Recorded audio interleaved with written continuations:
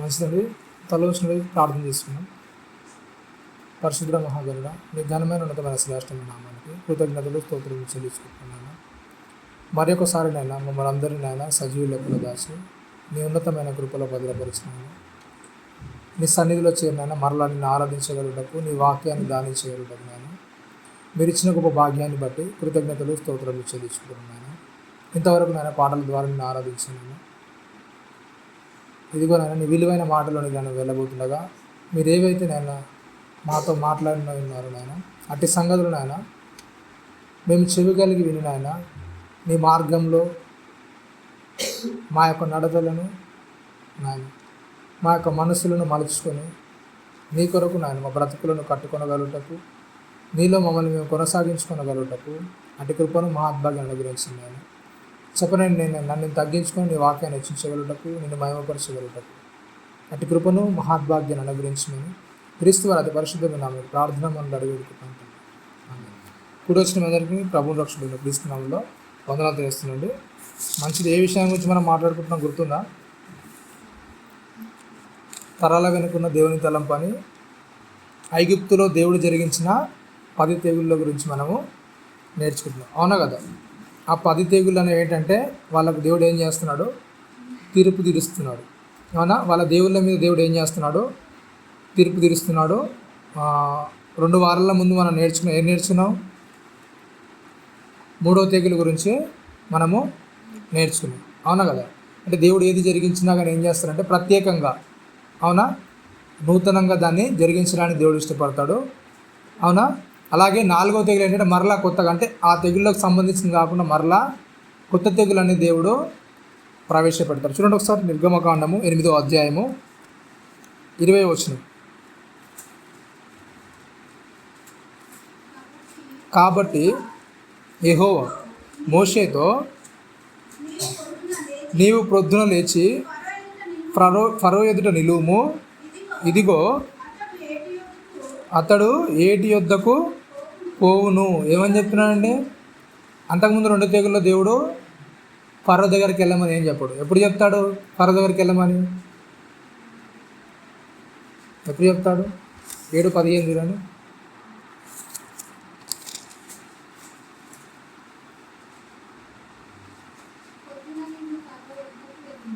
First తెగులు చేసినప్పుడు దేవుడు ఏం చేస్తాడు? ఫరో యొద్దకు వెళ్ళమంటాడు. ఫరో యొద్దకు వెళ్ళి మాట్లాడు. అవునా? ఆ 2 తెగుల్లో మళ్ళీ ఏం మాట్లాడాడు? 3వ తెగులకు వస్తాను మళ్ళీ చెప్పాడు. 4వ తెగులకు వస్తాను మళ్ళీ చెప్పాడు. ఏంటంట? నువ్వు ఫరో యొద్దకు వెళ్ళి మాట్లాడు, అతడు ఏటి యొద్దకు వస్తాడు. అవునా కదా? ఏటి యొద్దకు ఎందుకు వస్తాడు ఫరో? మరి ఎందుకు వస్తారు ఏటి యొద్దకు? దేనికండి? మీకు ఫస్ట్ రోజు చెప్పాను. ఏంటి చెప్పండి? వాళ్ళు నైలు నదిని ఏం చేస్తారు చెప్పండి? ఏం చేస్తారు? హంపి అనే దేవత పేరుగా వాళ్ళు కొలుస్తున్నారు. అంటే వాళ్ళకు ప్రతి దానికి కూడా, వాళ్ళ జీవనాధారానికి, వాళ్ళ వాణిజ్య పంటలకు అన్నిటికి కూడా సమృద్ధినిచ్చేది ఆ దేవత అని వాళ్ళు తలుస్తారు. అవునా కదా? అలాంటి దానికి దేవుడు తీర్పు తీర్చాడు. అవునా కదా? ఆ నైలు నదిని మొత్తం రక్తంగా మార్చాడు. అయినా కానీ ఫరో బుద్ధి అనేది మారట్లేదు. మరలా ఏం చేస్తున్నాడు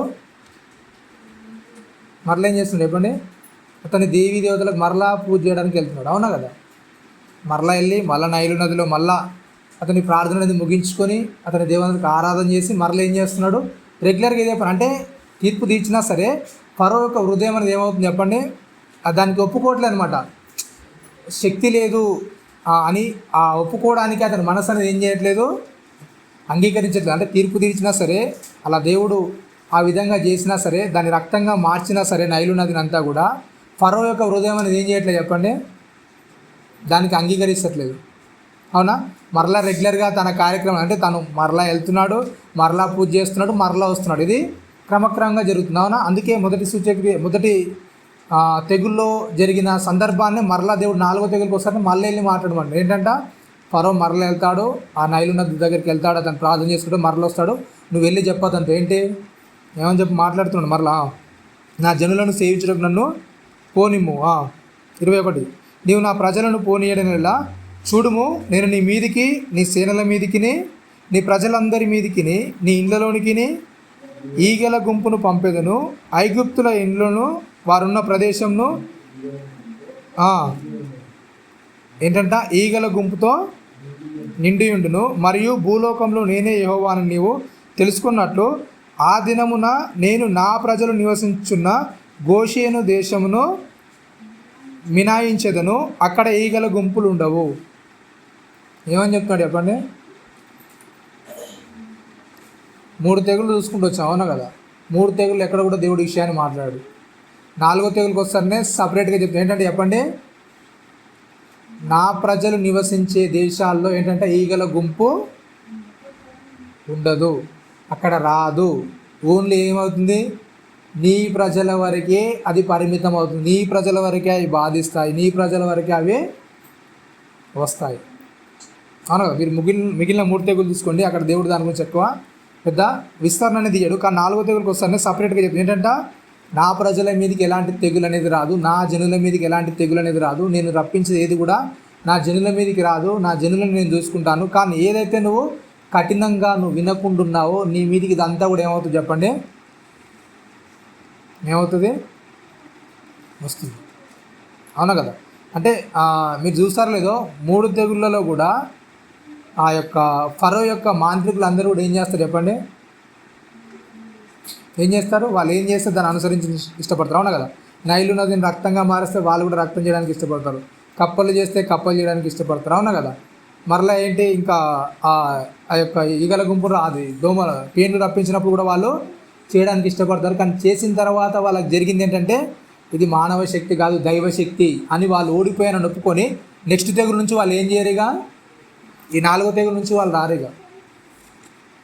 ఎందుకంటే అది మానవ శక్తి కాదు, దైవశక్తి, దాన్ని మేము ఎదిరించలేము. కనుక మేము మా ప్రయాస అంతా కూడా వృధా అవుతుందని ఏం చేస్తారు, పక్కకు తప్పుకుంటారు. కానీ ఫరో మాత్రం ఏం చేస్తాడు చెప్పండి, ఏం చేస్తాడు, అలాగే కఠినంగా నిలబడతాడు. పర్లేదులే, ఎలా అయినా నేను చూసుకుంటానులే. అవునా కదా? అంటే కొన్ని సందర్భాల్లో ఏం చేస్తాడంటే అతనికి బాధ ఇబ్బంది కాగానే నేను మారుతానులే, పంపిస్తానులే అంటాడు. కానీ ఏం చేస్తాడు, మరలా తన హృదయాన్ని కఠినపరుచుకుంటూ ఉంటాడు. అవునా కదా? సరే, పాత నిబంధన కాలంలో అయితే వాళ్ళకి అలా జరిగింది. మరి కొత్త నిబంధన కాలంలో దీని ద్వారా మనం ఏం నేర్చుకుంటాం మరి? అవునా కదా? నేటి క్రైస్తవులుగా దీన్ని బట్టి మరి మనం ఏం నేర్చుకుంటాం చెప్పండి? ఎందుకు దేవుడు దీన్ని రాయించాడు మనకు? ఎందుకు రాయించాడండి? 2 తెగల వారిగా దాన్ని గుంపును వేరు చేస్తున్నాడు. నా ప్రజలు, నీ ప్రజలు. దేవుడు ఏం చేస్తాడు చెప్పండి?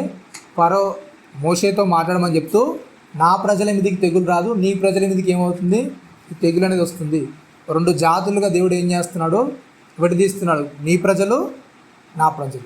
అవునా కదా? సపరేట్గా ఏం చేస్తున్నాడు దేవుడు, దాన్ని విడదీస్తున్నాడు. అలాగే కొత్త నిబంధనలో కూడా యేసుక్రీస్తు వారు మారుతూ చెప్తాడు. యోహాను సువార్త 17వ అధ్యాయం 14వ వచనం చూడండి. యోహాను సువార్త 17వ అధ్యాయం 14వ వచనంలో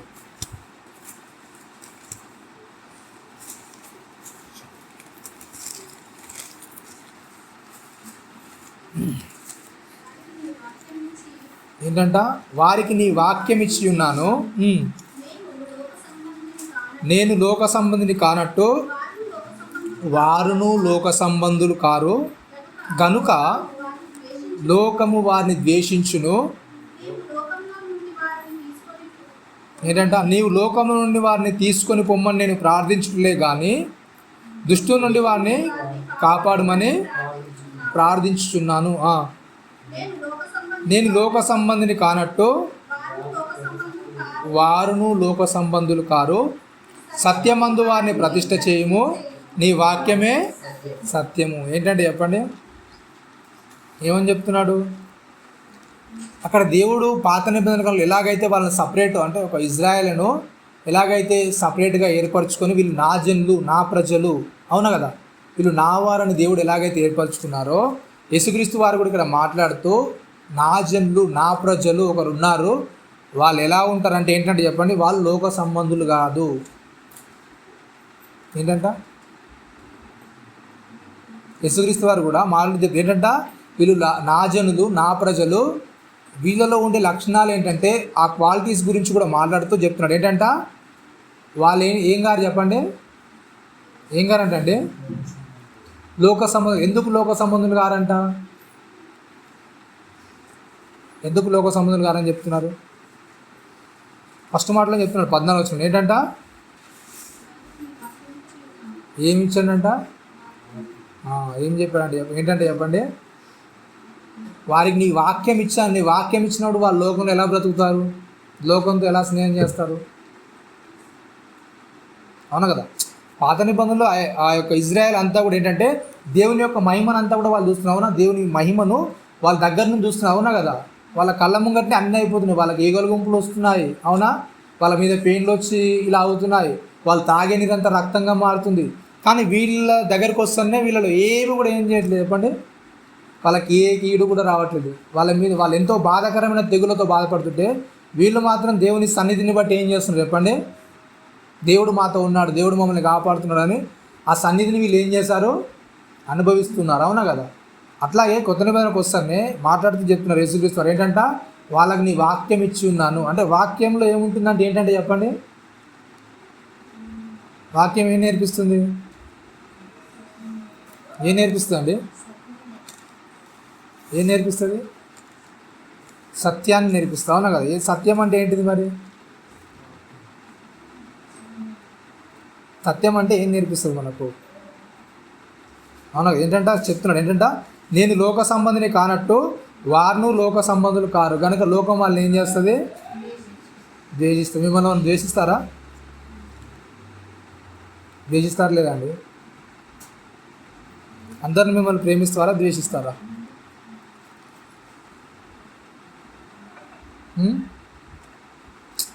అంటే మామూలుగా మన పగలు మన పంతాలు వేరు, దేవుని వాక్యాన్ని బట్టి ద్వేషించడం అనేది వేరు. అవునా కదా. మనం కఠినంగా ఉండి ఆ ఫరో హృదయం లెక్క కఠినంగా ఉండి మనల్ని ద్వేషించడం అనేది వేరు. కానీ దేవుని వాక్యం తరపుగా మనం ఉంటూ దేవుని వాక్యంలో మనం ఎదుగుతూ దేవుని ఆ క్రమం ప్రకారం నడుచుకుంటుంటే ప్రతి వారు కూడా ఏం చేస్తారు చెప్పండి, మనల్ని ఏం చేస్తారు? వీళ్ళు చాదస్తం గలవారు. అవునా కదా. వీళ్ళకి దేవుని పిచ్చి పట్టింది, ఇది తప్ప ఇంకేది కూడా వీళ్ళకు తెలియదు. అవునా కదా. ఏది చెప్పినా ఏదో ఒకటి అంటూనే ఉంటారు. అని ఏం చేస్తారు, లోకం ఏం చేస్తుందంట, ద్వేషిస్తుంది. 15వ వచనం మారుతూ, నీవు లోకంలో నుండి వారిని తీసుకోపోమ్మని నేను ప్రార్థించట్లేదు, కానీ దుష్టు నుండి అని ఏం చేయమంట, కాపాడమని ప్రార్థిస్తున్నాను. నేను లోక సంబంధిని కానట్టు వారిని ఏంటంట, లోక సంబంధులు గారు. ఏంటంటే చెప్పండి, ఎలా ఉండాలంట క్రైస్తవులుగా? ఎట్లుండాలంటండి? అంటే క్రీస్తు ఎలాగైతే లోక సంబంధి కాడో మనం కూడా ఎలా ఉండాలంట, ఎట్లుండాలి? లోక సంబంధిగా అంటే లోక సంబంధికి క్రీస్తులో ఉన్న వ్యక్తికి తేడా ఏంటి మరి? అంటే లోకంలో బ్రతుకుతున్న వ్యక్తికి క్రీస్తులో ఉంటున్న వ్యక్తికి తేడా ఏముంటుంది చెప్పండి, వ్యత్యాసం ఏముంటుంది? ఏముంటుందండి, తెలుసా లేదా? ఏం తెలియదా మీకు? లోకంలో ఉంటున్న వ్యక్తికి క్రీస్తులో ఉంటున్న వ్యక్తికి తేడా ఏముంటుంది? ఏం తేడా ఉంటుంది? లోకంలో ఉన్న వ్యక్తులు ఏం చేస్తారు, లోకంలో ఉన్న ఆచారాలు పాటిస్తారు. ఇంకేం చేస్తారు? లోకంలో ఉన్న వ్యక్తులు ఏం చేస్తారండి?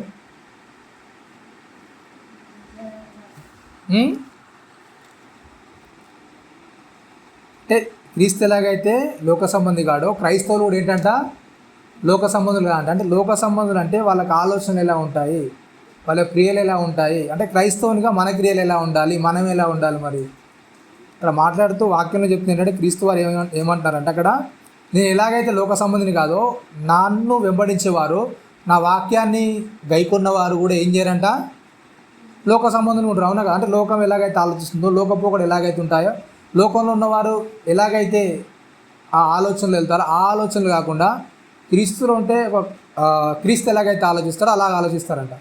అవునా కదా. మరి మన ఆలోచనలు అలాగే ఉన్నాయా? క్రీస్తులానే ఉంటాయి, ఉండవండి? ఎట్లుంటాయండి?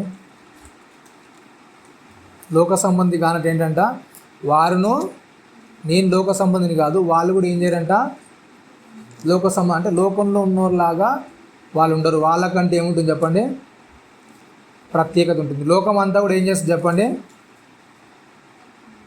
ఏం చేస్తుందండి, ద్వేషిస్తుంది. అవును కదా. లోకంలో ఎలా ఉంటారంటే వాళ్ళ యొక్క క్రియలు కానీ వాళ్ళ యొక్క లోపల అంతరంగం కానీ ఎలా ఉంటుందంటే మనిషిని ఏం చేస్తారు చెప్పండి, ఏం చేస్తారు? ద్వేషిస్తారు. ఎందుకు ద్వేషిస్తారు? మనిషిని ఎందుకు ద్వేషిస్తారండి? యేసుక్రీస్తు వారు చెప్తుంది ఏంటంటే, లోకంలో ఉన్న వాళ్ళు ఏం చేస్తారంటే మనుషుల్ని ద్వేషిస్తారు. ఎలా ద్వేషిస్తాం మరి మనం? ఎలా ద్వేషిస్తారండి? క్రీస్తు అయితే ఏం చేయడు? ఏం చేయడండి? ద్వేషించాడు. మీకు తెలుసలేదు, అది మనం యేసుక్రీస్తు వారు గిరాసేన్ అనే ప్రాంతానికి వెళ్తారు, అవునా కదా? యేసుక్రీస్తు వారు ముందే తెలుసలేదా ఆ పందుల గుంపులను ఎల్లగొడితే వాళ్ళు ద్వేషించి పంపిస్తారని? ఆయనకు అవమానం జరుగుతుందని తెలుసా లేదా? అవునా? కానాన విందులోనికి వెళ్తే అవమానం జరుగుతుందని తెలుసా లేదా? అవునా? అట్లా అవమానం జరుగుతుందన్నా సరే క్రీస్తు ఏం చేస్తాడు? ఏం చేస్తాడు చెప్పండి? వెళ్తాడు, వాళ్ళతో ఉంటాడు, అవునా కదా? నీకు అవమానం జరుగుతున్నట్టు నువ్వు వెళ్తావా దగ్గరికన్నా? వెళ్తారు లేదండి? మనోళ్ళైనా మన సొంతోళ్ళైనా మనల్ని అక్కడ ఎవరు పట్టించుకోర్రా అంటే నువ్వు వెళ్తావా? పిలిస్తే వెళ్తారా? వెళ్ళరా అండి? మన దగ్గర వాళ్ళే, కావాల్సిన వాళ్ళే, ఏదో పిలువలేదన్నట్టుగా పిలిచి మొహమాటానికి పిలిచి, అవునా కదా, నువ్వు వెళ్తే అక్కడ పట్టించుకోరని తెలిసినా నువ్వు వెళ్ళడానికి ఇష్టపడతావా? ఇష్టపడతారా లేదండి? ఏం చేస్తాను చెప్పండి? ఇష్టపడ, అవునా కదా? అయితే ఏమని చెప్తున్నాడు అంటే, బయట ఉన్న వ్యక్తులు ఏం చేస్తారంటే, లోకంలో ఉన్న వ్యక్తులకు ఏముంటుంది చెప్పండి? ఏముంటుందండి?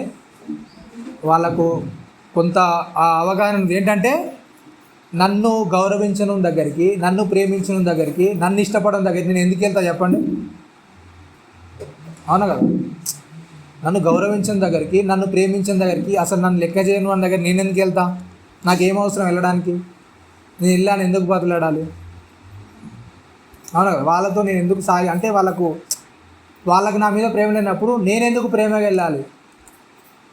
ఉంటుందా? ఉండదా? లోకంలోకి ఎలా ఉంటుంది చెప్పండి? లోకంలో ఉన్న వాళ్ళంతా ఏం చేస్తారంట? అంటే ఎప్పుడైతే మనకు వాక్యం మన లోనికి వస్తుందో, మన లోపల నుంచి ఏమవుతుందంటే ద్వేషం అనేది వెళ్ళిపోతుంది అనమాట. అందరూ మనోళ్ళని ఉంటాము, అలా కాకుండా ఎప్పుడైతే నీలో వాక్యం అనేది, ఆ విత్తనం అనేది నీలో పెరగకుండా ఉంటుందో, అప్పుడు నీలో ఏమవుతుందో చెప్పండి? భేదాభిప్రాయాలు వస్తాయి అన్నమాట. ఓకేనా? వాళ్ళు మంచిగా చూడర్రా, వాళ్ళు మంచిగా చేయర్రా, వాళ్ళకి మనం ఎందుకు చేయాలి, వాళ్ళతో మనం ఎందుకు మంచిగా ఉండాలి, వాళ్ళతో మనం ఎందుకు కలిసిపోవాలి, అవునా కదా? అంటే వాక్యంలో ఎప్పుడైతే ఒక వ్యక్తి ఫలిస్తుంటాడో క్రీస్తులో ఉన్న మనస్తత్వం అనేది మనకు వస్తూ ఉంటుంది. ఎప్పుడైతే మనం వాక్యంలో ఆ లోపలికి వెళ్ళకుండా ఉంటాం, వాక్యం లోతులోనికి వెళ్ళకుండా ఉంటామో, మన పరిస్థితులను ఎలా ఉంటాయంటే పైపైన ఉంటాయి. అంటే పైపైన ప్రేమ మాత్రం ఉంటుంది తప్ప ఆ వేరు లోపలికి వెళ్ళే ప్రేమ అనేది ఏం చేయదు, మన లోపల ఉండదు. అవునా? అంటే లోకంలో అలా నేర్చుకున్నారు అంతే. అంటే అవసరాలు తగ్గట్టుగా, అవసరాలకు మిదిలే విధంగా ఆ జనుల యొక్క ప్రవర్తన కానీ, వాళ్ళ యొక్క విధానాలు కానీ, అప్పటి వరకు వాళ్ళ అవసరాలు తీరే వరకు ఏం చేస్తారు? జనాలతో మంచిగా ఉండడం కానీ, మంచిగా నడుచుకోవడం కానీ, వాళ్ళ అవసరాలు తీరేదాకా మంచిగా ప్రవర్తించడం కానీ చేస్తుంటారు. కానీ క్రీస్తులో ఉన్న వ్యక్తి అయితే ఏం చేస్తాడు చెప్పండి? లోక సంబంధి కాదు వాడు, అవునా? లోక సంబంధి ఉండడు. అవసరాల కొరకు వాడుకొని తర్వాత వదిలేసేవాడిగా ఉండడు. ఓకేనా? అవసరాల కొరకే ప్రేమించినట్టుగా నటించి మన అవసరం తీరగానే మరలా వాళ్ళని దూరం కొట్టేవాడుగా ఒక వ్యక్తి క్రీస్తులో ఫలించే వ్యక్తి ఉన్నాడు. ఎప్పుడున్నా సరే వాని ప్రేమ ఎలా ఉంటుంది చెప్పండి? ఎట్లుంటుంది?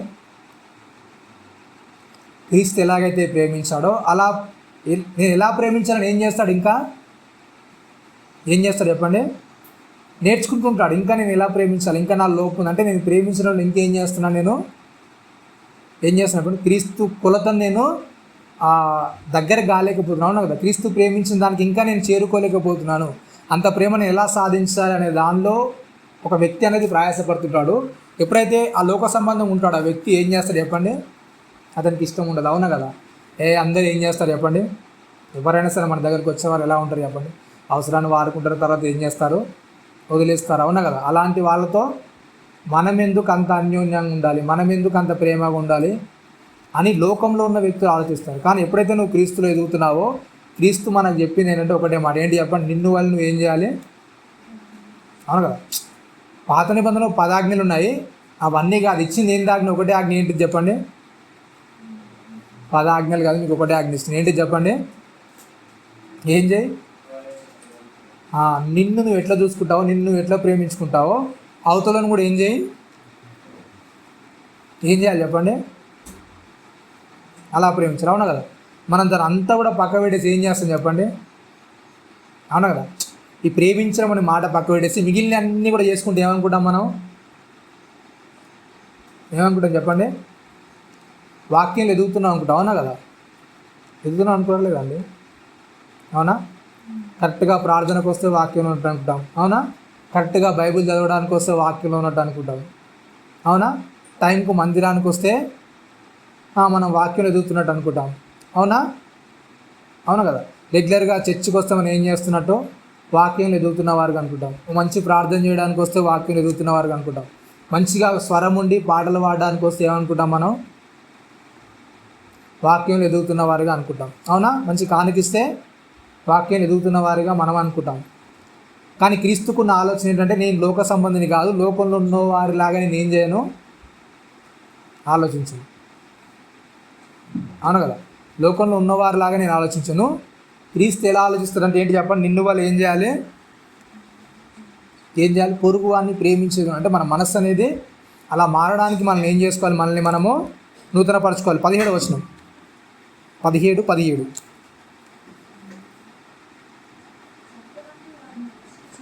ఏంటంటే, సత్యమందు వారిని ప్రతిష్ఠ చేయుము, నీ వాక్యమే సత్యము, నీవు నన్ను లోకమునకు పంపిన ప్రకారము నేనును వారిని ఏంటంట, ఎట్లా పంపిండంట?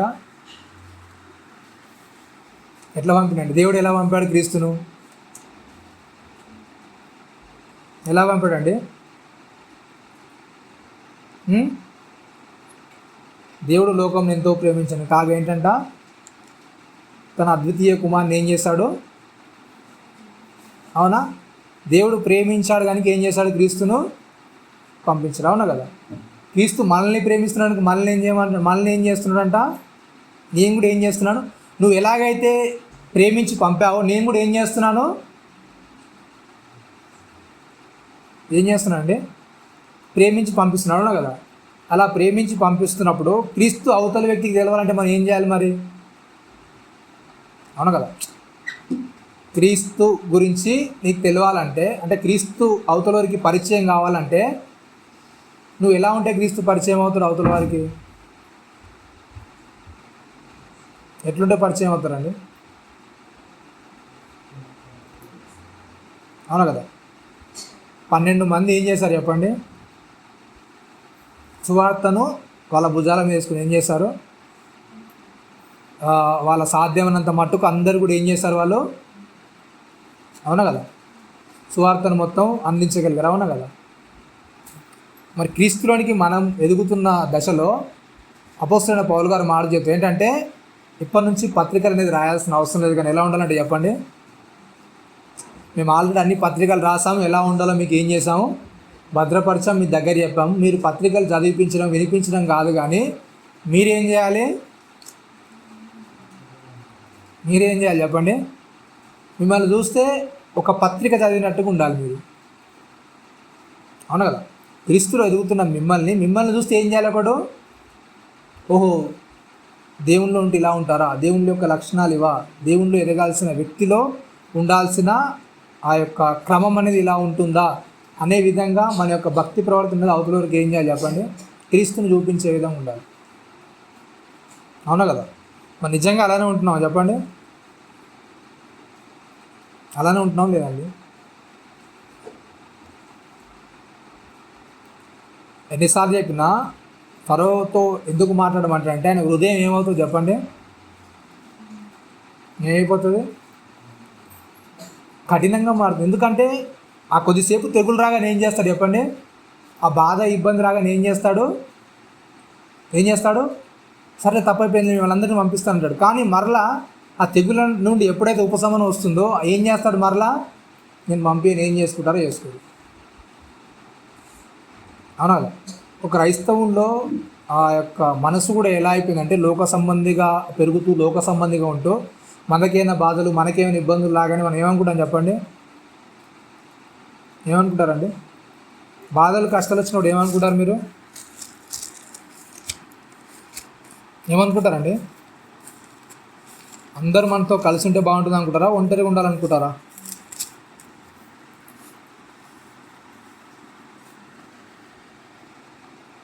ఏమనుకుంటారు చెప్పండి?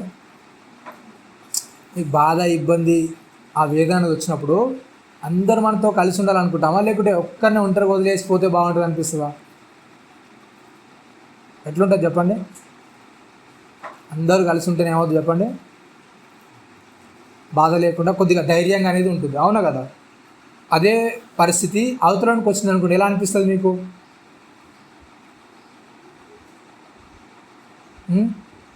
అందరం మనం కలిసి వెళ్దాం అనుకుంటామా, వాని బాధ కూడా పడుతుంది అనుకుంటారా? అదే లోక సంబంధికి క్రైస్తవునికి ఉన్న తేడా, అవునా కదా? ఎందుకంటే మీరు ఒకరి సుఖ దుఃఖం లేని ఒకరు ఏం చేయాలంటే చెప్పండి, ఏం చేయాలి? ఒకరి సుఖ దుఃఖములు ఎందు ఒకరు ఏం చేయాలంట? అపొస్తలుడైన పౌలు గారు మాట్లాడుతూ చెప్తాడు, అవునా? ఒకరి సుఖ దుఃఖములు ఎందు ఒకరు ఏం చేయాలంట? పాలివారై ఉండాలి, అవునా కదా? పాలివారు అంటే తెలుసు కదా, ఎవరంటారు పాలివారినని? ఎవరినంటారండి పాలివారని? ఎవరినంటారు? ఎవరినంటారు చెప్పండి? ఎవరైతే మనకు తోబుట్టులు అంటే మన పెద్దనాన్న పిల్లల, చిన్నాన్న పిల్లలు అంటే మనకు తోబుట్టులు, మన రక్త సంబంధులు ఎవరైతే ఉన్నారో, అంటే మన కష్ట సుఖాలు అన్నింటిలో కూడా వాళ్ళు ఏం చేయాలి చెప్పండి? ఏం చేయాలి? ఏదేమైనా సరే మన కష్టం వచ్చినా, బాధ వచ్చినా, ఇబ్బంది వచ్చినా సరే ఏం చేయాలి? వాళ్ళు కంపల్సరీ రావాల్సిందే, అవును కదా? బయట వాళ్ళ సంగతి వదిలేదు, కానీ పాలివారు అంటే ఏం చేయాలి? కంపల్సరీగా ఏ ఇబ్బంది ఉన్నా, ఏ కష్టం ఉన్నా, ఏ నష్టమైనా సరే రావాల్సిందే వాళ్ళు, అవును కదా? వాళ్ళ పరిస్థితులను పక్క పెట్టేసేయండి. ఒకరి కష్టం వచ్చిందంటే ఏం చేయాలి? వాళ్ళు వాళ్ళ కష్టాలు, వాళ్ళ సుఖాలు అన్నీ ఇంట్లో ఉన్న శ్రమలు అనేవి వాళ్ళకు ఉంటాయి, కానీ ఒక వ్యక్తికి ఏదైనా బాధ, పెద్ద ఇబ్బంది, ఆపద ఎదురైందంటే వాళ్ళ కష్టాలు, వాళ్ళ బాధలు, వాళ్ళ ఫ్యామిలీస్ అన్ని పక్క పెట్టేసి ఏం చేయాలి చెప్పండి? వాళ్ళతో వచ్చి ఏం చేయాలి? ఆ బాధల్లో వాళ్ళు పాలు పొందాలి, వాళ్ళు ఓదార్పును ఇచ్చే విధంగా ఉండాలి, అవునా కదా? అంటే క్రీస్తులో ఎప్పుడైతే మనం ఎదుగుతుంటామో ఆ విధంగా క్రీస్తులో ఉన్న వ్యక్తి ఏం చేయాలి చెప్పండి? ఏం చేయాలి? ఒక వ్యక్తికి ఓదార్పునిచ్చే విధంగా ఉండాలి. కాబట్టి ఏంటంటే ప్రతి విషయంలో కూడా ఏం చేయాలి? మనము చాలా జాగ్రత్తగా ఉండాలని చెప్తున్నాడు. చూడండి ఒకసారి హెబ్రీయులకు రాసిన పత్రికలో చూద్దాం ఒకసారి.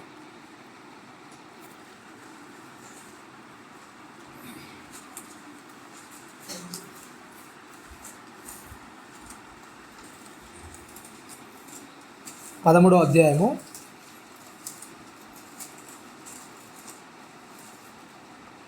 ప్రారంభ వచనం నుంచి 3వ వచనం వరకు. సహోదర ప్రేమ ఏమని చెప్తున్నాడు చెప్పండి? ఏంటంట? సహోదర ప్రేమ ఎలా ఉండాలంటే చెప్పండి? నిలువరముగా అంటే ఏంటండి? నిలువరం అంటే ఏంటిది? నిలువరం అంటే ఏంటిది? స్ట్రేట్గా, చక్కగా, అవునా కదా? ఒక స్కేల్ ఎలాగైతే స్ట్రేట్గా ఉంటుందో, ఒక కర్ర అనేది ఎలాగైతే చక్కగా ఉంటుందో, మీ ప్రేమ అనేది కూడా ఎప్పుడు కూడా ఎలా ఉండాలి చెప్పండి? ఎట్లుండాలి? అంటే స్ట్రేట్గా ఎప్పుడున్నా సరే ఎలా ఉండాలి చెప్పండి? స్ట్రేట్గా కదలకుండా. ఎన్నో బాధలు, ఇబ్బందులు అనేవి వస్తుంటాయి, అవునా కదా? జీవితం అన్నప్పుడు ఏమవుతాయి చెప్పండి? అవును కదా? ఏదో ఒక ఒడిదుడుకులు అనేవి వస్తుంటాయి, ఏదో ఒక బాధలు, ఇబ్బందులు వస్తూనే ఉంటాయి. అలా వచ్చినా సరే మీరు ప్రేమించే విషయాలు ఎలా ఉండాలి చెప్పండి? ఎలా ఉండాలంట? నిలువరముగా ఉండండి. అంటే క్రమంగా చాలా జాగ్రత్తగా ఉండాలని చెప్తున్నాడు. ఆతిథ్యం చేయ మరొకడి, దీనివల్ల కొందరు ఎరుగకే దేవదూతలకు ఆతిథ్యం చేసిరి. మీరును ఏంటంట? వారితో కూడా బంధింపబడినట్టు బంధకంలో ఉన్న వారిని జ్ఞాపకం చేసుకునుడి. మీరును శరీరంతో ఉన్నారు కనుక కష్టంలో అనుభవించుతున్న వారిని ఏంటంట? ఏమని చెప్తున్నాడు చెప్పండి? ఏంటంటే మీరు ఎక్కడున్నారు చెప్పండి? శరీరంలో ఉన్నారు, శరీరంతో ఉన్నారు. ఆ బాధ అంటే ఏంటో, నొప్పి అంటే ఏంటో, పెయిన్ అంటే ఏంటో మీకు ఏం తెలుసు? అన్నీ తెలుసు, అవునా కదా? ఏ మాట అంటే ఎక్కడ తగులుతుంది, ఏ మాట అంటే మనిషి ఎంత నొచ్చుకుంటాడు, అవునా కదా? తెలుసా కదా? మనల్ని ఎవరు అంటున్నప్పుడు మనకు గాయం అవుతుందంటే, మనల్ని ఎవరైనా ఏలం చేస్తున్నప్పుడు మనకి ఇబ్బంది అవుతుందంటే, మనం చేస్తున్నప్పుడు అవతలకి ఏమవుతుంది? నువ్వు బయట ఏం లేవు, శరీరంతో ఉన్నావు, అవునా కదా? నువ్వు శరీరంతో ఉన్నావు, నీకు ఎవరన్నా ఏమని అంటే ఎలా అయితే ఇబ్బంది అవుతుందో, నువ్వు పక్కన అనేటప్పుడు కూడా ఏమవుతుందో చెప్పండి. నీకేమైనా ఇబ్బంది వచ్చినప్పుడు నీకెలా అందరు కలిసి ఉండాలనుకుంటావో, అవతల కూడా ఏమనుకుంటాడు, అవును కదా, అదే కావాలనుకుంటే అలానే ఉండాలనుకుంటాడు. కాబట్టి శరీరంతో మీరు ఉన్నారు కనుక కష్టాలంటే ఎలా ఉంటాయో తెలుసు, బాధలంటే ఎలా ఉంటాయో తెలుసు, అవును కదా. అందరూ పుట్టినప్పుడు సుఖంగానే ఉన్నారా? ఏ కష్టాలు బాధలు లేవా? ఉండవండి, అవును కదా. అన్నీ అంటే మన యొక్క ఏజ్ని బట్టి, అలాగే మన యొక్క బ్రతుకు దినాలను బట్టి అన్నిటిని కూడా మనం ఏం చేస్తాం, అనుభవించుకుంటూ వస్తుంటాం, అవునా కదా. అంటే దాన్ని బట్టి ఏమవుతుంది, మనకు అన్నీ కూడా తెలుస్తూ ఉంటాయి. ఆ తెలిసినప్పుడు అవతలోనికి ఆ బాధ అనేది కలిగినప్పుడు మనం ఏం చేయాలి చెప్పండి? ఆ బాధించకుండా, నొప్పించకుండా ఉండగలిగే ఆ మనస్సు అనేది మనకి ఏం చేయాలి, రావాలి. కాబట్టి చెప్తున్నాడు ఇక్కడ ఏంటంటే అపోస్తలుడైన పౌలు గారు ఎబ్రీయులకు రాస్తూ చెప్తున్నాడు ఏంటంటే అక్కడ, కనుక మీరును శరీరంతో ఉన్నారు కనుక కష్టం అనుభవించుకున్న వారిని ఏంటంట జ్ఞాపకం చేసుకునుడి. అవునా కదా. కష్టంలో ఏం చేయండి, మీరు జ్ఞాపకం చేసుకుని. ఎవరి మనసు కూడా ఏం చేయొద్దు, కష్టపెట్టడానికి ఎప్పుడు కూడా మనము సాహసం చేయొద్దు, అవునా కదా. మన నుంచి అవతలకి ఏం చేయొద్దు చెప్పండి, బాధ కానీ ఇబ్బంది కానీ, అంటే మన ద్వారా ఎవరికి కూడా ఏం చేయొద్దు, జరగదు, అవునా. ఎప్పుడైతే నువ్వు క్రీస్తులో ఎదుగుతున్నావో, క్రీస్తులో ఫలించే వ్యక్తికి ఉండాల్సిన లక్షణం ఏంటంటే అవతలో నొప్పించే విధంగా కానీ, అవతలని గాయపరిచే విధంగా కానీ, అవతలని ఇంకేదో అవమానపరిచే విధంగా చేయడానికి ఎప్పుడు కూడా ఏం చేయడు చెప్పండి, ఇష్టపడడు, అవునా. ఎందుకంటే అతను ఆల్రెడీ అన్నీ తెలుసు, అవునా. క్రీస్తులు ఎదుగుతున్న వ్యక్తికి అన్నీ తెలుస్తుంటాయి. ఎందుకంటే క్రీస్తు చెప్తున్నాడు ఏంటంటే వాళ్ళకి నేను ఇంకేమీ ఇవ్వలేదు. ఏమి ఇచ్చానంటే చెప్పండి, ఏమి ఇచ్చాడు చెప్పండి, వాక్యం ఇచ్చాడు, అవునా కదా. వాక్యం ఎలాంటిదంటే ఏంటి చెప్పండి, ఎలాంటిది వాక్యం, ఎట్లాంటిదండి? ఎన్ని తరాలైనా ఎన్ని యుగాలైనా సరే మనం చనిపోయిన తర్వాత కూడా ఏమవుతుంది చెప్పండి, వాక్యం అనేది మనతో ఉంటుంది. కాబట్టి అది వాడబాయనది ఎప్పుడు కూడా మన దగ్గర నుంచి వెళ్ళిపోయింది కనుక దానికి అంత విలువ అనేది చేంజ్ చేశాడు క్రీస్తు వారు. ఏం చేశారు చెప్పండి, వాక్యాన్ని మనకి ఇచ్చాడు, అవును కదా. ఎప్పుడైతే మనం వాక్యాన్ని నేర్చుకుంటున్నామో ఆ వాక్యానికి విలువ చేంజ్ చేయాలి చెప్పండి. మన బ్రతుకులను ఎప్పుడైనా సరే మనం ఏం చేయాలి, మార్చుకోవడానికి సిద్ధంగా ఉండాలి, అవును కదా. వాక్యాన్ని బట్టి ఎప్పుడు మనం ఏం చేయాలి, ఆ వాక్యానికి తగ్గట్టుగా మన బ్రతుకు అనేది ఏం చేయాలి, మలుచుకుంటుండాలి. ఎప్పుడైతే ఆ వాక్యానికి తగ్గట్టుగా మన బ్రతుకులు అనేవి ఉంటాయో దాన్ని బట్టి మనం ఏం చేస్తాం, క్రీస్తులో ఫలిస్తుంటాం. కాబట్టి ఏంటంట, సహోదర ప్రేమ విషయాలు ఏం చేయాలంట, నిలువరంగా ఉండాలి. ఎందుకు పదే పదే మాటలు చెప్తుంటాడంటే అపోస్తలుడైన పౌలు గారు కానీ క్రీస్తు వారు కూడా కానీ ఏంటంటే లోకంలో మనకు వచ్చే ఇబ్బందికి కారణం ఏంటంటే ప్రేమ లేకపోవడం, అంతే. ఇంకా మిగిలింది ఏది కూడా పెద్ద అభ్యంతరాలు ఏముండవు, అవునా కదా. మనకు అభ్యంతరాలు ఇబ్బందులు ఎక్కడొస్తాయంటే ఒక మనిషి మీద ప్రేమ లేకపోవడం, అవునా కదా. ఆ ప్రేమ ఉందనుకో ప్రతిదానికి మనం ఏం చేస్తాం చెప్పండి, ఏం చేస్తారండి, సర్దుకుపోతుంది, అవునా కదా. సర్దుకుపోరా అండి. ఎవరన్నా కన్న బిడ్డ ఇంటికి వెళ్ళారు అనుకోండి, అవునా, అంటే వాళ్ళ బిడ్డ వాళ్ళ ఇంటికి వెళ్ళారు అనుకోండి, వాళ్ళ దగ్గర ఏం లేవు, ఒక చింతపులుసు పోసారంటే ఏం చేస్తారు చెప్పండి, ఏం చేస్తారండి. పచ్చి పులుసు వండి పెట్టిందంటే ఏం చేస్తారు, ఏం చేస్తారండి, ఏమనుకుంటారు చెప్పండి. మీ బిడ్డ వాళ్ళ ఇంటికి వెళ్ళినప్పుడు పచ్చి పులుసే విసుగు వస్తుంది అనుకోండి, ఏమనుకుంటారు మీరు, ఏమంటారు చెప్పండి, అయ్యో నా బిడ్డకి ఎంత కష్టం వచ్చింది, అవునా కదా.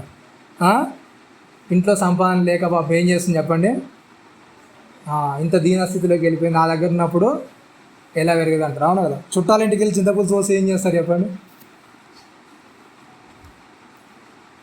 ఏం చేస్తారండి, ఏమనుకుంటారు.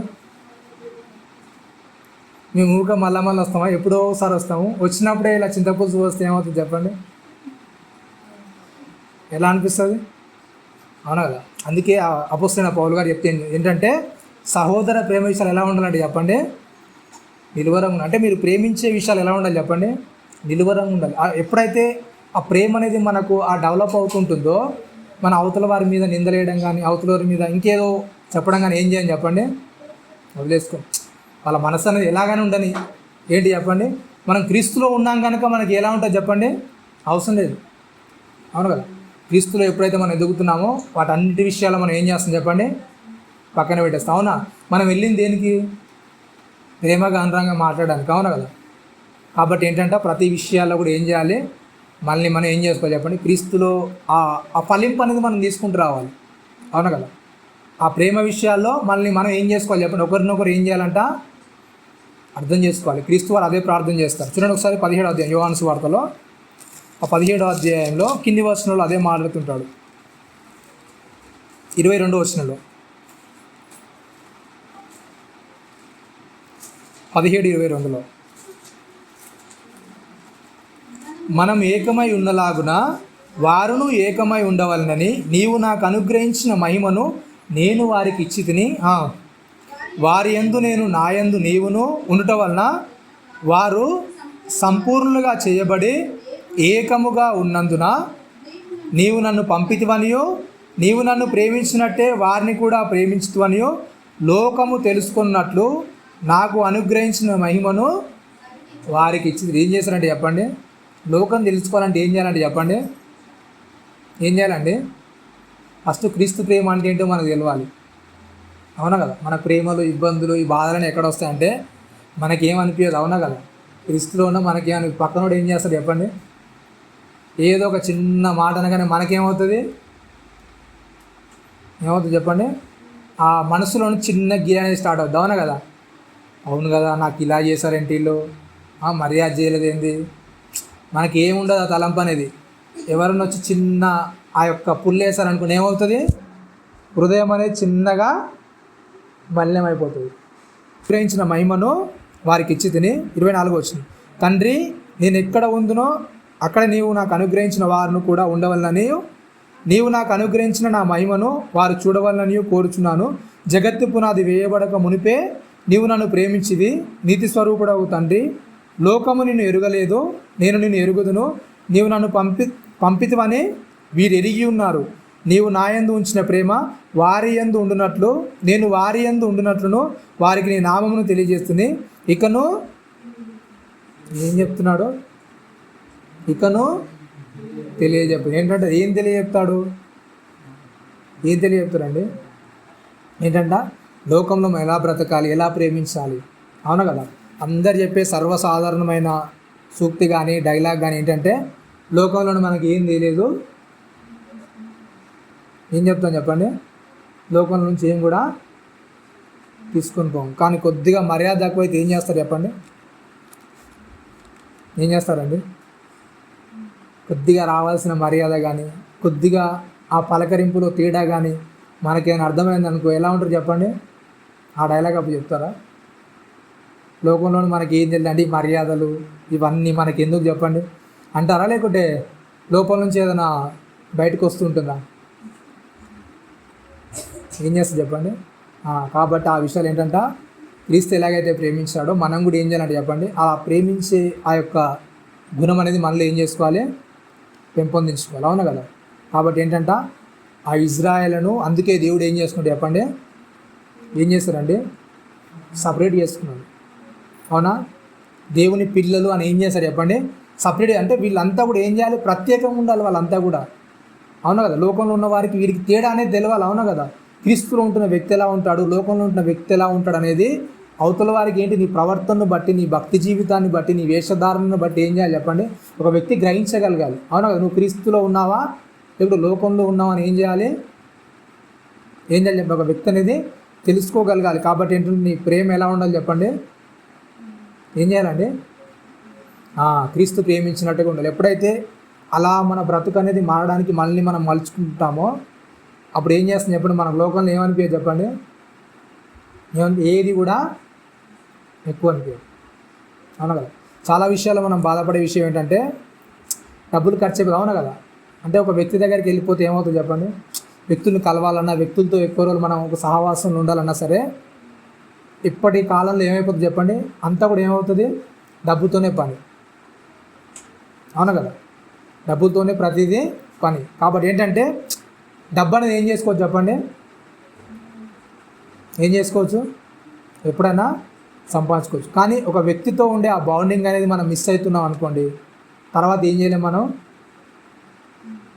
ఉండదుగా బాండింగ్. అంతే. అది ఒక వ్యక్తులతో ఎప్పుడైతే మనం కలిసి వెళ్ళాలో, ఎప్పుడైతే కలిసి ఉండాలో ఆ సందర్భాన్ని మనం ఏం చేయాలి చెప్పండి, వాళ్ళతో కలిసి ఉండాలి. ఆ సమయాన్ని, ఆ సందర్భాన్ని మనము ఆస్వాదించాలి. ఎప్పుడైతే దాన్ని మనం మిస్ అవుతామో తర్వాత మనం డబ్బు పెట్టుకున్నా ఏం చేయలేము చెప్పండి. ఆ వ్యక్తుల యొక్క సహవాసాన్ని, ఆ వ్యక్తుల యొక్క ఆ యొక్క మధుర క్షణాలని మనం ఏం చేయలేము, మనం మరలా తిరిగి తీసుకురాలేం. కాబట్టి ఏంటంటే దేవుడు చెప్పేది ఒకటే మాట, ఏంటి, మనుషుల్ని ప్రేమించండి అంతే. అవునా కదా. డబ్బు అనేది మనం ఎప్పుడైనా సంపాదించుకోవచ్చు, ఎప్పుడైనా ఏ విధంగా అయినా ఉండొచ్చు, కానీ మనుషుల నుంచి ఆ ప్రేమ, ఆ యొక్క ఉండాల్సిన బాండింగ్ అనేది మిస్ అయిపోయింది అనుకోండి, ఏమవుతుంది చెప్పండి, నువ్వు ఎంత సంపాదించినా వేస్ట్ అంతే. ఏదో ఉన్నా అంటున్నావు అంతేగాని నీ వరకు నువ్వు ఉంటే కోటీశ్వరం ఉండొచ్చు, కానీ ఏంటి చెప్పండి, అందరితో లేని కోటీశ్వరం ఎందుకు చెప్పండి, అందరూ మనతో కలిసి లేని, అందరూ ఎవరు కూడా మన దగ్గర రాని మనకి ఎంత ఉంటే ఏం లాభం చెప్పండి. అవునా కదా. మంచిగా పలకరించేవాళ్ళు ఏంది, మంచిగా మాట్లాడేవాళ్ళు ఏంది, నువ్వు ఎంత సంపాదిస్తే ఏం చేస్తావు సంపాదించి. అవునా కదా. సంపాదించిన వాళ్ళందరినీ చూడండి ఒకసారి, మీరు ఏదైనా ఇంటర్వ్యూలో చూస్తే ఏంటి చెప్పండి, కోట్లు సంపాదించిన సరే చివరి క్షణాల్లో వాళ్ళు బాధపడేది ఏంటంటే, నేను ఇంత సంపాదించాను కానీ ఏంటి చెప్పండి, తృప్తి అనేది లేదు నాకు. అవునా కదా. తృప్తి అనేది నా జీవితం, అంటే ఎవరితో కూడా ఏం చేయలేదు నేను, ఒక చిన్న మూమెంట్ కూడా ఎవరితో నాకు లేదు, ఒక చిన్న బాండింగ్ కూడా ఎవరితో లేదు. అవునా కదా. ఎప్పుడు చూసినా నా ఉద్యోగము, నా వ్యాపారము, నా వ్యవహారం ఇదే నడిచింది తప్ప ఎవరి దగ్గరికి వెళ్ళి నేను ఒక మర్యాదగా కూర్చుంది లేదు, ప్రశాంతంగా మాట్లాడింది లేదు. ఇప్పుడు బెడ్ మీదకి వచ్చేవాడన్నా ప్రశాంతంగా మాట్లాడు, ఎవడు మాట్లాడతాడు? బెడ్ మీదకి వచ్చిన తర్వాత మాట్లాడతాడా కదా. ఎప్పుడైనా సరే మనం మంచిగా ఉన్నప్పుడే వ్యక్తులతో ఏం చేయాలి చెప్పండి, మంచి సంబంధాలు కలిగి ఉండాలి, మంచిగా వారితో మాట్లాడడానికి, మంచిగా ఉండడానికి. అవునా. ఆ మంచితనం అనేది అవతలకి మనం చూపించడానికి ఇష్టపడాలి తప్ప మనం మంచిగా ఉన్నప్పుడు కఠినత్వాన్ని చూపించి తర్వాత అవతల దగ్గర నుంచి మంచి కోరుకుంటే అది వృధా అవుతుంది. కాబట్టి ఎప్పటి క్షణాన్ని అప్పుడే మనం ఏం చేసుకోవాలి చెప్పండి, అవతలి వారితో. అందుకే ఎఫ్ఎస్సి రాసిన పత్రికలు చెప్తుంటాడు 4వ అధ్యాయం. అవునా కదా. సహోదర ప్రేమలు ఎలా ఉండాలి చెప్పండి, ఐక్యం కలిగి ఉండేది. అవునా కదా. చూడండి, ముగించుకున్న ఎఫ్ఎస్సి రాసిన పత్రిక 4వ అధ్యాయంలో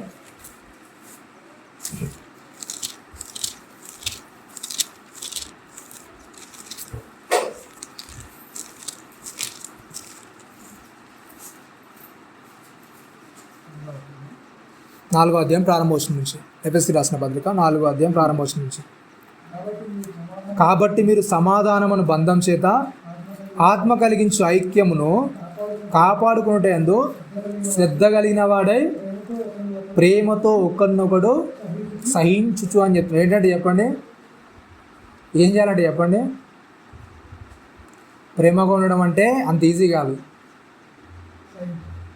అవునా కదా. చెప్పడానికి బాగానే ఉంటుంది, కానీ ఒక వ్యక్తితో మనం ప్రేమగా అతనితో నడవాలంటే ఏమవుతుంది చెప్పండి, చాలా కష్టం. అవును కదా. వాని అసహనాలు, వాని ఇబ్బందులు అన్నీ కూడా మనం ఏం చేయాలి చెప్పండి, భరించాలి. అందరూ ఒకలా ఉండరు. అవును కదా. వానిలో కొన్ని లోపాలు ఉంటాయి, కొన్ని ఇబ్బందులు ఉంటాయి, మనకే వ్యతిరేకంగా ఉండే క్రియలు ఉంటాయి. వాటన్నిటిని కూడా మనం ఏం చేయాలి, వ్యక్తితో మనం ప్రేమగా నడవాలంటే వాటన్నిటిని కూడా మనం ఏం చేయాలి చెప్పండి, భరించాలి. అవునగా చెప్తున్నాడు. అందుకే కాబట్టి మీరు సమాధానమును బంధం చేత ఆత్మ కలిగించు ఐక్యం ఏంటంట కాపాడుకునేటి ఏం చేయాలంట, శ్రద్ధ కలిగిన వారే ఉండాలి. ఏం కలగాలంటే చెప్పండి, శ్రద్ధ. దేనిలో శ్రద్ధ అంట, దేనికండి శ్రద్ధ, దేనికి శ్రద్ధ అంటే చెప్పండి, శ్రద్ధ దేనికి చూపించమని చెప్తున్నాడు, ఐక్యతను కాపాడుకోవడానికి, ఒక వ్యక్తితో సంబంధాన్ని కాపాడుకోవడానికి ఏం చేయాలంటే చెప్పండి, శ్రద్ధ ఉండాలి. నీ నోటికి ఎంత వస్తే అంత మాట్లాడి, నీ నోటికి ఏది వస్తే అది అనేసి పర్లేదులే చూసుకుంటానులే అనే విధంగా ఏం చేయాలి చెప్పండి. మన భక్తి జీవితం అనేది ఉండొద్దు. నన్ను ఆడు అన్నాడు నేను అంటాను, అది నా ఇష్టం. అవునా కదా, నేను ఇలానే ఉంటాను అని మనం అలా ప్రవర్తించామంటే ఏమవుతుంది చెప్పండి, అది ఉండదు. అవునా కదా. నువ్వు క్రీస్తులు ఎదుగుతున్నావంటే నీకు ఏం చేయాలి చెప్పండి, నీ భక్తిలో శ్రద్ధ అనేది ఉండాలి. అవతలలో ఇబ్బంది పడే విధంగా, అవతలో నీ గాయపరిచేది ఎందుకు ఉండాలి చెప్పండి. దేవుడు నాకు నేర్పించింది ఏంటంటే అవతలంతో నా బాండింగ్ అనేది ఏం చేయాలి, కరెక్ట్గా ఉండాలి. అవునా కదా. అవతలంతోనే నా బాండింగ్, అంటే నా పొరుగువానితోనే నా బాండింగ్ సరిగ్గా లేకుండా దేవునితో ఎలా ఉంటుంది నా బాండింగ్. అవునా కదా. అవతల అంటే నా కళ్ళ ముంగట కనబడే వ్యక్తిని నేను సరిగా ప్రేమించకుంటే దేవుణ్ణి నేను ఎలా ప్రేమిస్తాను. అవును కదా. దేవుడు చెప్పిన ఒక మాటని నేను పాటించకుంటే దేవుణ్ణి నేను ఎలా ప్రేమిస్తున్నట్టుగా. అవునా కదా. కాబట్టి ఏంటంటే దేని విషయాల్లో జాగ్రత్త పడమంటున్నా అంటే ఐక్యంగా అంటే అవతల వ్యక్తితో సంబంధాన్ని కాపాడుకోవడానికి ఏం చేయాలంట, శ్రద్ధ చూపించాలి. అవును కదా. ఊరికనే ఏదో మన నోటికి వచ్చినట్టు మాట్లాడి వాడు ఏమనుకోలే, ఏం కాదులే, వానికి అలవాటేలే, అవును కదా, తర్వాత నేను సారీ చెప్తానులే, అవన్నీ కాదు. నువ్వు అనే ముందే, మాట్లాడే ముందే కొంతసార్లు ఆలోచించుకున్న ఒక వ్యక్తితో ఏం చేయాలి చెప్పండి, ఏం చేయి, నీ ఆవేశాన్ని, నీ కోపాన్ని ఏం చేస్తావు, కంట్రోల్ చేస్తావు. అవతలతో మాట్లాడేటప్పుడు ఏం చేయి, చాలా జాగ్రత్తగా నిదానించి, అవును కదా, ఐక్యతను కాపాడుకునే వారిగా, ప్రేమగా, ఓ సలహా ఇచ్చే వారిగా మన మాటలు అనేవి, మన సంభాషణ అనేది ఉప్పు వేసినట్టుగా రుచికరంగా ఉండాలి తప్ప అవతలోనికి కారం పోసి మండే విధంగా ఏం చేయాలి చెప్పండి, మన మాటలు కానీ మన ప్రవర్తన విధానం కానీ ఎప్పుడు కూడా ఉండడానికి వీలేదు. కాబట్టి ఏంటంటే ప్రేమతో ఏమని చెప్తున్నాడు, ఇంకా ఏమని చెప్తున్నాడు, ఐక్యతను కాపాడుకోవడం శ్రద్ధ కలిగి ఉండమని చెప్తున్నాడు. ఇంకేంటంట, ప్రేమతో ఏం చేయాలంట, ఏం చేయాలి, సహించండి అని చెప్తున్నాడు. సహించని ఎందుకు చెప్తున్నాడు, కలిసి ఉండడం అంటే అది ఈజీ కాదు. అవునా కదా. ప్రేమగా ఒకరిని ఓర్చుకోవడం అంత ఈజీ కాదు. ఏం చేయాలి, సహించాల్సిందే. వాళ్ళు తప్పులు ఉంటాయి, లోపాలు ఉంటాయి, మనకు వ్యతిరేకమైన క్రియలు ఉంటాయి, వాటన్నిటిని కూడా ఏం చేయాలి, సహించి భరించి ఆ వ్యక్తితో ఏం చేయాలి, మనం మన ఐక్యతను అనేది ఏం చేసుకోవాలి చెప్పండి, కాపాడుకోవాలి. ఎప్పుడైతే మనం అలా క్రీస్తులో ఫలిస్తూ ఉంటాం, ఏం చేస్తాం చెప్పండి. 3వ వచనం చెప్తున్నాడు ఇంకా,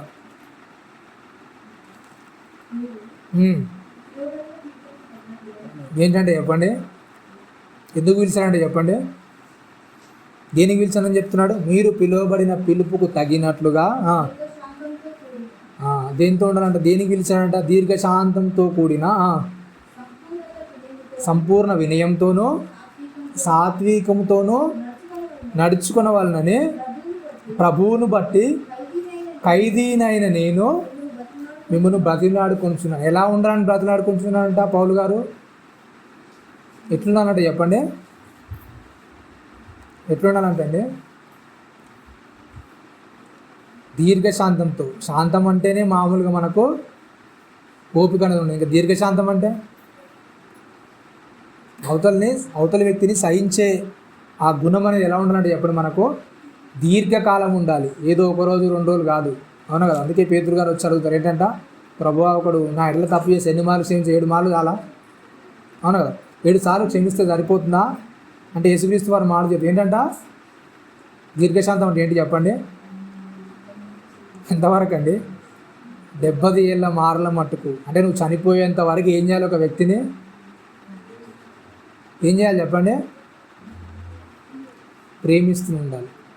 ఆ వ్యక్తిని ఏం చేయాలి, ప్రేమిస్తూ ఉండాలి. కాబట్టి ఏంటంట, నేను లోక సంబంధిని కానట్టు వారు కూడా ఏంటంటే అండి, లోక సంబంధులుగా. అంటే క్రీస్తులో ఉన్న వ్యక్తి ఏంటంటే చెప్పండి, లోక సంబంధి కాదు. లోక సంబంధి ఏం చేస్తారంటే వానికి సంపూర్ణమైన వినయం ఉండదు, ఆ దీర్ఘశాంతం ఉండదు, ఇంకేంటి చెప్పండి, ఇంకేముండదు, ఆ సాత్వికంతో నడుచుకునే తత్వం అనేది క్రీస్తులో లేని వ్యక్తికి ఉండదు. కానీ క్రీస్తులో ఉన్న వ్యక్తికి ఇవన్నీ కూడా ఏం చేయాలి చెప్పండి, ఏం చేయాలి, ఇవన్నీ ఉండాలి. ఎప్పుడైతే ఇవన్నీ మనలో పెంపొందించుకుంటాం, మనం ఏం చేస్తాం, క్రీస్తులో ఉన్నతంగా ఫలిస్తాం, దేవుల్లో చాలా జాగ్రత్తగా చక్కగా మనము ఎదగలుగుతాం. కాబట్టి ఇజ్రాయెల్ని సపరేట్గా ఎంచుకుంది, అందుకే క్రైస్తవులుగా మనల్ని కూడా ఏర్పరచుకుంది. ఎందుకు చెప్పండి, ఆ ప్రేమను చూపించడానికి, క్రీస్తులో ఉన్న ప్రేమను చూపించాలి. దేవుడు ఎంత ప్రేమిస్తున్నాడో లోకాన్ని తెలవాలంటే ఫస్ట్గా మనం అవతలను ఏం చేయాలి చెప్పండి, ఆ క్రీస్తు ప్రేమిస్తున్నట్టుగా మనము ప్రేమించగలగాలి. ఎప్పుడైతే ఆ యొక్క ఇబ్బందులు, ఆ యొక్క ఆవేశాలు